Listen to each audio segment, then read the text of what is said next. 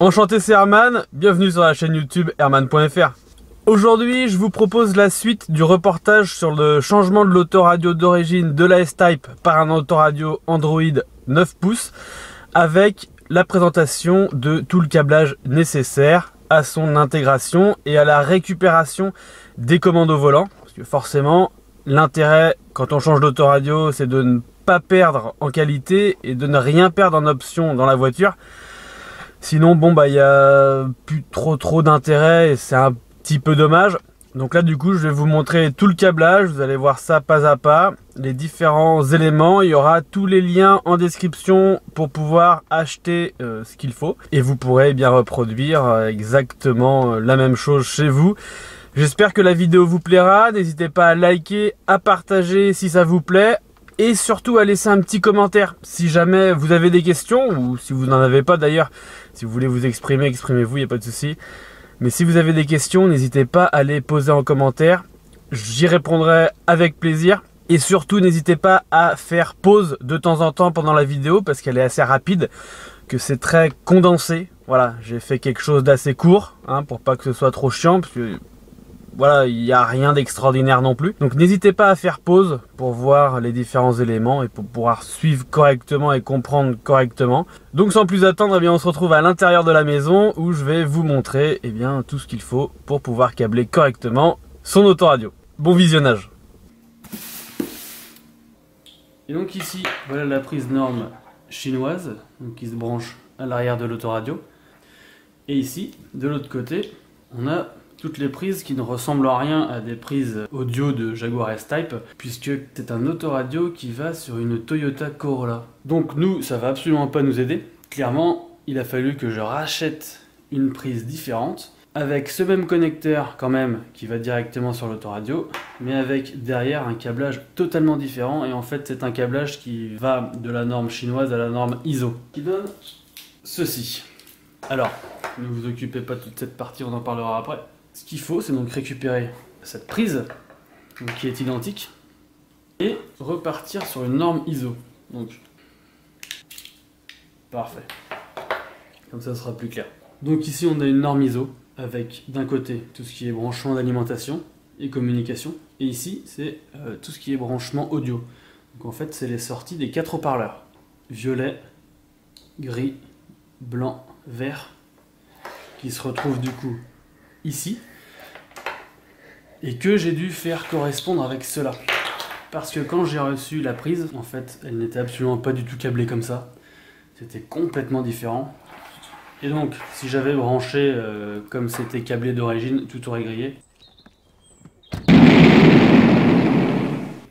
Du coup il a fallu enlever tous les connecteurs à l'intérieur, donc j'ai utilisé un tournevis, alors attendez, hop, j'ai utilisé un petit tournevis Torx comme ça, que je suis venu mettre à l'intérieur, et j'ai poussé. Comme ça, ça m'a sorti, hop là, les connecteurs. J'ai sorti tous les connecteurs, et je suis venu reproduire à l'identique ce schéma-là, pour refaire absolument les mêmes branchements. Donc j'ai tout défait, et j'ai tout rebranché à l'identique. Donc on voit que ça correspond. J'ai quand même été obligé d'adapter, par exemple, le fil rose, sur lequel il y a marqué reverse, donc marche arrière, sur celui de Toyota Corolla n'était pas rose, il était marron, il y avait marqué reverse dessus. Donc voilà, juste des petites précautions à prendre comme ça. Mais sinon, j'ai tout simplement déconnecté toutes les pins de celui-là pour remettre exactement à l'identique de la prise Corolla, qui ne nous sert plus à rien. Donc ensuite, il a fallu acheter un adaptateur, car pour récupérer tout ce qui est système de commande au volant, ça ne se fait pas automatiquement, il faut acheter ça.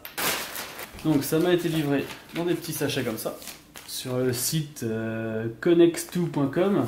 Et donc c'est un adaptateur, bon là c'est pour X-Type, mais au final c'est les mêmes que pour S-Type. Donc un petit adaptateur qui m'a été livré dans un petit sachet comme ça, et un deuxième ici qui m'a été livré dans un autre petit sachet. C'est des câblages qui font eux-mêmes pour nous permettre d'obtenir donc ce résultat là. Et par-dessus, il vient s'adapter en fait ce petit câble. Voilà.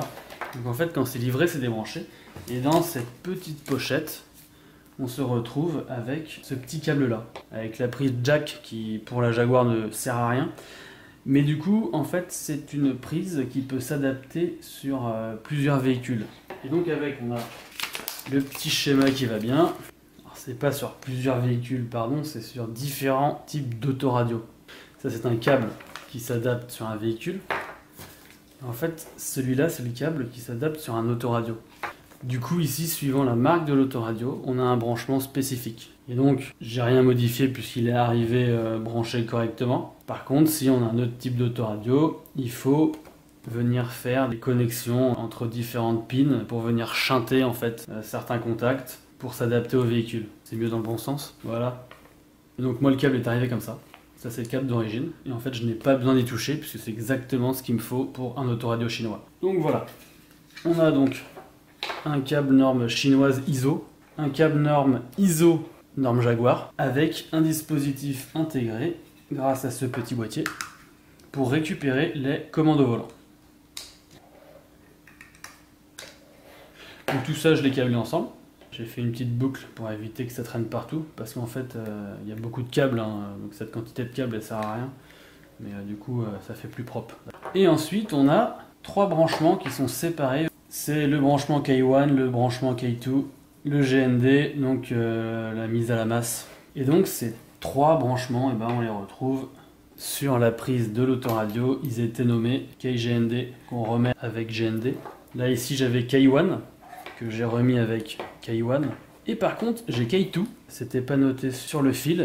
Il a fallu aller chercher sur cette petite carte, en tout petit, dans un coin c'est marqué K1. Et on descend, il y a marqué K2, numéro 82, et du coup après il faut aller venir compter les pins en fait ici. Les numéros sont marqués, et donc il faut compter les pins pour trouver la pin numéro 82 et trouver le câble qui en découle. Et donc tout ça branché ensemble, tout simplement. Donc je répète, vous avez juste besoin de ces 2 câbles, tout simplement. Vous avez juste besoin de ces 2 câbles. La norme chinoise qui se transforme en norme ISO et qui se transforme en norme Jaguar. Voilà. Ça c'est branché à votre voiture. Ça c'est branché à l'autoradio. Voilà, c'est terminé pour cette partie du moins. J'espère que la vidéo vous aura plu. N'hésitez pas à liker, à partager et à laisser un commentaire. N'hésitez pas à vous abonner si le contenu vous a plu et cliquez sur la petite cloche de notification pour ne rien rater. Moi j'espère vous proposer la suite assez rapidement. Donc la suite ce sera tout simplement le montage de l'autoradio dans la voiture. Donc on suivra ensemble tout le branchement directement sur la S-Type avec son intégration. Et il y aura ensuite toute une phase de test avec une présentation de l'autoradio et les différentes fonctionnalités qui sont intégrées à l'intérieur. Je vous expliquerai aussi comment récupérer les commandes au volant, parce qu'il y a un petit programme en fait qu'il faut venir configurer pour pouvoir récupérer les commandes de votre volant. Et puis on verra donc tout ça ensemble dans une prochaine vidéo. N'oubliez pas que dans la vie, vos seules limites, ce sont vos idées. À bientôt.